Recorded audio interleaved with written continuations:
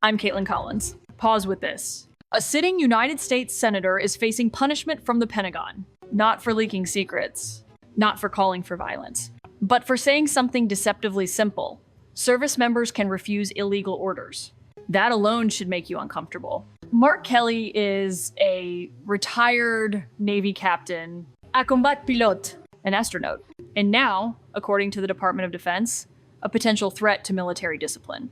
The charge being floated is one of the most serious words in American history: sedition. So here's the question that cuts through the noise. When does loyalty to the Constitution cross the line into disloyalty to the state? I've covered Washington long enough to recognize moments like this. They don't arrive with sirens. They arrive quietly, wrapped in procedure, justified as order. If you want analysis that looks past outrage and into power itself, stay with me. Because next, I'll explain why this video triggered such an aggressive response and what that tells us about how fragile the balance between military authority and democratic speech has become. To understand why this matters, we need to slow the moment down and name the real issue clearly. This is not just about one senator, and it's not just about one video. At the center is a collision between two powerful ideas that usually coexist quietly: military discipline and constitutional loyalty. Mark Kelly and 5 other Democratic lawmakers released a video telling service members they can refuse unlawful orders. That message, on its face, echoes a principle taught inside the military itself: the obligation to disobey illegal commands. But the Pentagon saw something else: a challenge to authority, a signal that could, in their view, weaken good order and discipline. That's where the line begins to blur. Because Kelly isn't just a politician speaking abstractly. He's a retired Navy captain who still receives a military pension and remains, at least in part, under military law. So the question becomes sharper. Can the military use its authority over retired officers to police political speech? That's the fault line this story sits on. And to see how we got here, we have to go back not to this video, but to the system that makes a move like this even possible. To really understand this moment, you have to step back into the machinery of history, the kind most people never see. After World War II, the United States built a military system obsessed with one lesson: order must survive chaos. Out of that fear came the Uniform Code of Military Justice, a separate legal universe created in 1951, designed to preserve discipline when everything else breaks down. Here's the critical detail. That system doesn't always end at retirement. Retired officers, especially those drawing pensions, can still be subject to certain military rules, not because they wear the uniform, but because the institution never fully lets go. For decades, that authority sat mostly dormant, rarely tested, rarely challenged, until politics moved closer to the barracks. As wars became legally murkier and executive power expanded, the question of lawful orders stopped being theoretical. It became personal. For service members, and for those who once commanded them. That's the historical current carrying the story forward. A Cold War-era system colliding with modern political speech. And once that collision begins, it doesn't stay abstract for long. Because next, we reach the first moment where this tension explodes into open conflict. The tension didn't stay theoretical for long. Last November, the video dropped. 6 Democratic lawmakers, all with military or intelligence backgrounds, speaking directly to service members. The message was blunt. Our laws are clear. You can refuse illegal orders. It landed at a volatile moment. Questions were already swirling about the legality of US strikes on alleged narco-trafficking boats off the coast of South America. Legal gray zones. Executive authority stretched thin. Then came the reaction. Donald Trump went first. A series of posts accusing the lawmakers of seditious behavior at the highest level. That word mattered, because it reframed the video overnight from a constitutional reminder into a national security threat. And shortly after, the administration followed through. A formal review of Mark Kelly's conduct under military law. This was no longer about interpretation. It was about consequences. For the first time, a sitting senator was being pulled back into the gravity of military justice, not for actions taken in uniform, but for political speech. If you're trying to track when debate becomes punishment, this is the moment. And if this kind of analysis helps you see the stakes more clearly, stay engaged. It matters more than you think. Because next, we need to look at what's really happening beneath the surface, the mechanism that makes a move like this possible at all. What makes this moment dangerous isn't the outrage. It's the mechanism quietly doing the work underneath. Here's how it functions. The Pentagon isn't charging Mark Kelly with a crime, at least not yet. Instead, it's initiating what's called a retirement grade determination. It sounds administrative, almost harmless, but the implications are anything but. If the department decides Kelly's conduct falls short of military standards, it can retroactively lower his retired rank. And that means a reduction in pension. A financial punishment, a reputational one, all without a courtroom, all without a jury.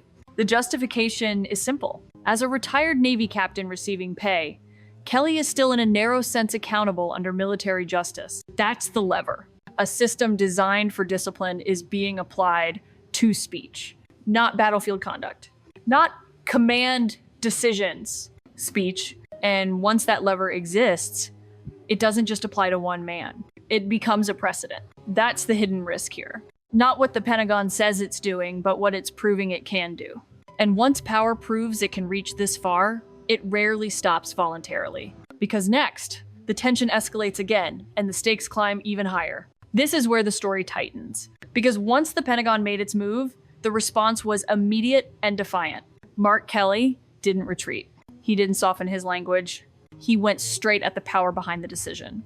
He called the action outrageous, un-American, and then he framed it the way his critics didn't expect, not as a personal dispute, but as intimidation. "If this is meant to silence me," Kelly said, "it won't work." That escalation matters. Because now the conflict isn't just between a senator and the Pentagon. It's between two interpretations of authority. On one side, a Defense Department asserting its right to enforce discipline beyond active service.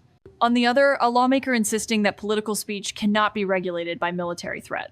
Experts stepped in quickly. Yes, retired officers can still fall under the Uniform Code of Military Justice, but punishing a sitting member of Congress for speech, that's where the law starts to bend and possibly break. This is the second crisis point, not loud, not chaotic, but deeply destabilizing. Because if the boundary between civilian leadership and military authority collapses here, it doesn't collapse neatly. And next, we have to talk about who feels that pressure first, not in Washington, but in everyday life. This is where it stops being abstract and starts being about you. Because when power pushes this far at the top, the pressure doesn't stay there. It travels downward. If you're in uniform or you've ever worn it, you already know this tension. You're trained to follow orders. You're also sworn to defend the Constitution. Those two promises usually align. Until they don't. Now imagine watching this unfold from the ranks. A senator, a retired captain, someone who did everything by the book, and still the message is clear. Speak the wrong way, and the system can reach you. That creates silence. Not because people agree, but because they're afraid to be next. This isn't about Mark Kelly's pension. It's about whether constitutional judgment becomes a personal risk. If this story feels heavy, it should. Because democracies don't collapse in dramatic moments. They erode when people decide it's safer not to speak. If you've ever believed your voice matters, especially when power overreaches, stay with me. Engage, because what happens next determines whether this pressure stops here or spreads. And in the next part, we widen the lens beyond the United States to see how moments like this ripple across the world. What's happening here doesn't stay inside American borders. Around the world, militaries watch the United States closely, not just for strategy, but for precedent. Because when the world's most powerful democracy tests the limits between civilian authority and military discipline, others take notes. Allies rely on a simple assumption: that the US military answers to civilian leadership and that political disagreement is protected, not punished. Moments like this complicate that picture. When retired officers can face consequences for political speech, it blurs a line many democracies work hard to keep sharp. Civilian debate on one side, military obedience on the other.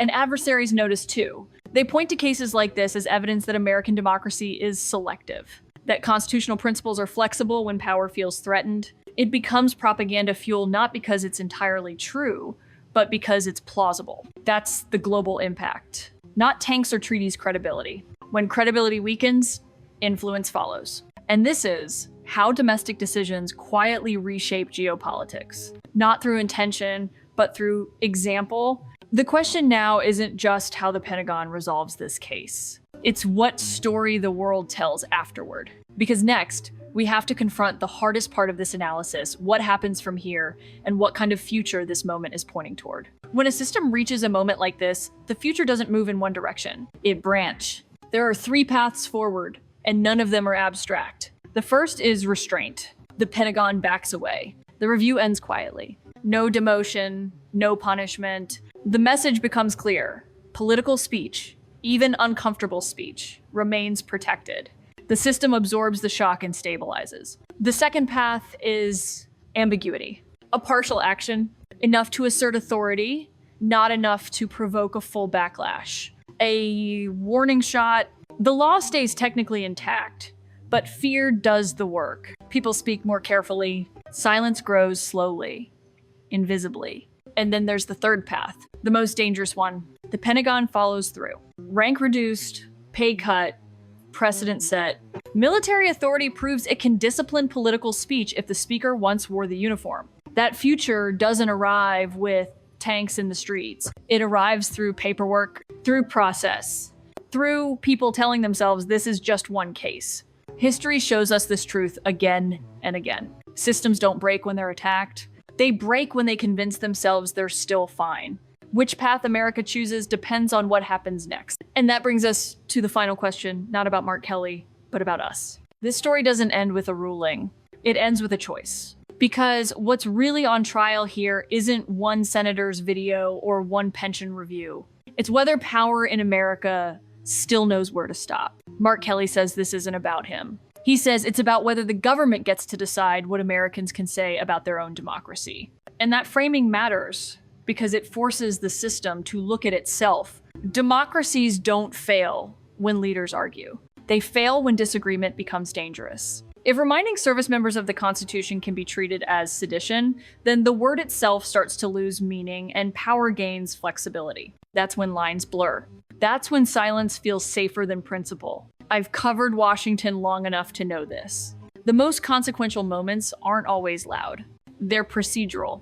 They're justified. They're explained away, but they leave marks. What happens next will tell us whether this was a stress test the system passed or a warning we ignored. If this analysis helped you see beyond the headline, don't let it end here. Stay engaged. Share it. Question it. Because understanding power is the first step in holding it accountable. And this conversation isn't over. It's just beginning.